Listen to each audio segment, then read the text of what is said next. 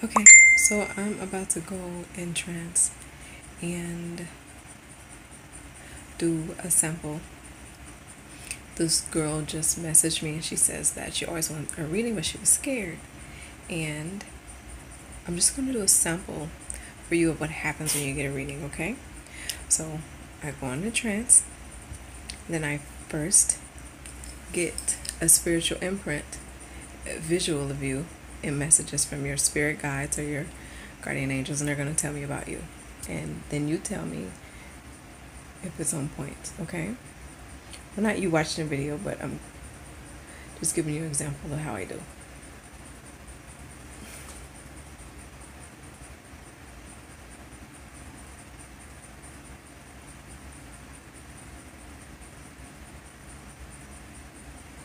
You are afraid to be laughed at, so you live too stiff.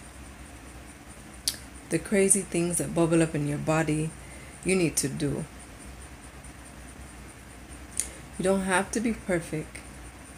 You don't have to be, everything doesn't have to be well thought out. It doesn't have to be look good to everyone. You really have to reach in that part of you that's scared to make a mistake. You're scared that if you make this mistake, then all hell is just going to break loose. But you've made mistakes before. You get harder and harder on yourself as you're going through life. You're getting harder and harder on yourself as you're going through life. Alright, so the question is, will I ever conceive again?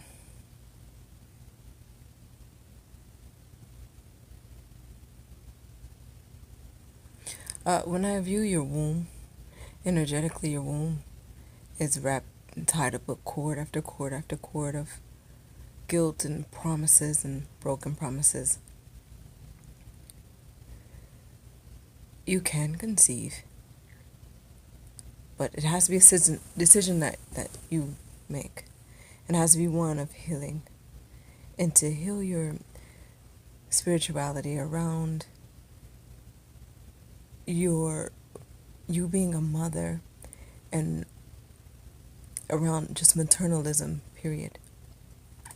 There is so much confusion and pain there that surrounds it, in broken promises and empty promises,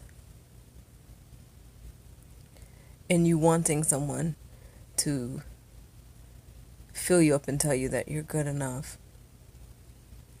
And you truly have to let go of this. You truly have to let yourself heal and be your own light where you shine within yourself and heal yourself. So it's about you becoming a woman who has decided that she can cleanse herself. About a woman who doesn't ignore her needs. About a woman who no longer ignores her wants. About a woman who will set herself free. And a woman who will make her own decisions and a woman who, when it comes to how she deals with men, and not be of my Prince Charming and what he's wanting from me. And instead, you being your own Prince Charming and granting your own self your wishes and not waiting for anyone else. And just staying in that practice and being in that practice and become more full of a woman and birth yourself. And releasing all these cords and ties around your womb. Okay, so she asked this question, and the question is, should I try to build a relationship with my son's father, or do I just let him remain out of sight?